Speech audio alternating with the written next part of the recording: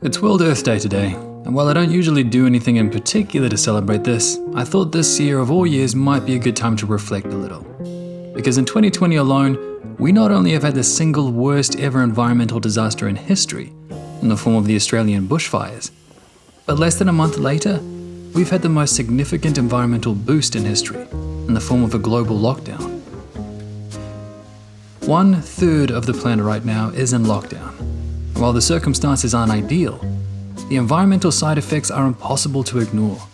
With around 40% less air pollution in most places, people can see the sky in cities where they haven't been able to see it in decades.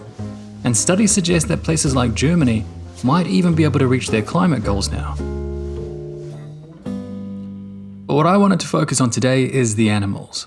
So I did a little research and I found all the example of animals reclaiming human spaces that I could. And here's what I found. In the USA alone, there have been tons of wild animal sightings in public spaces. From mountain lions in the streets of Colorado, musk hog in Arizona, coyote in both Chicago and San Francisco, and white-tailed deer in the streets of Maryland. And even a herd of elk that have claimed a football field now that the school is temporarily closed. Wild boar have come down from the mountains at Haifa, Israel, as well as in the city of Sardinia in Italy, where dolphins have also been seen to return to the now empty ports. In Tel Aviv, people have seen jackals in the city. In Ecuador, a group of sea wolves make their way through the streets. In Chile, people have spotted wild puma. In Singapore, otters have left the rivers and are now roaming the parks. Cities in Thailand, however, have seen a mass migration of monkeys. Likewise in India, a small family of monkeys have decided to move into this now empty resort and make use of their swimming pool. Peacocks roam the streets and dolphins are playing in the rivers in Mumbai.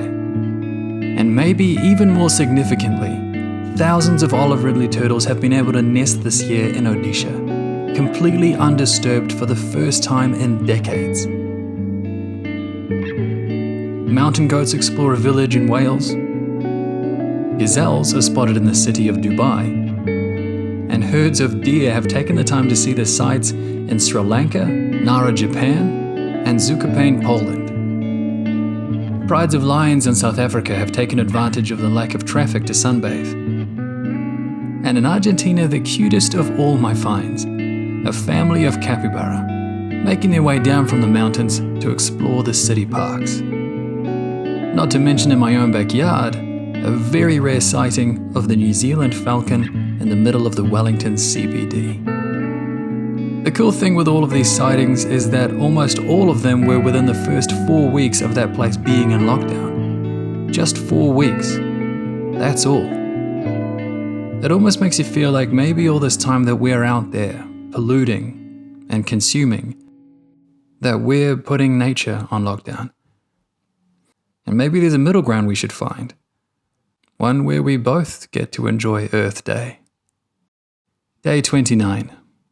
Makes you think.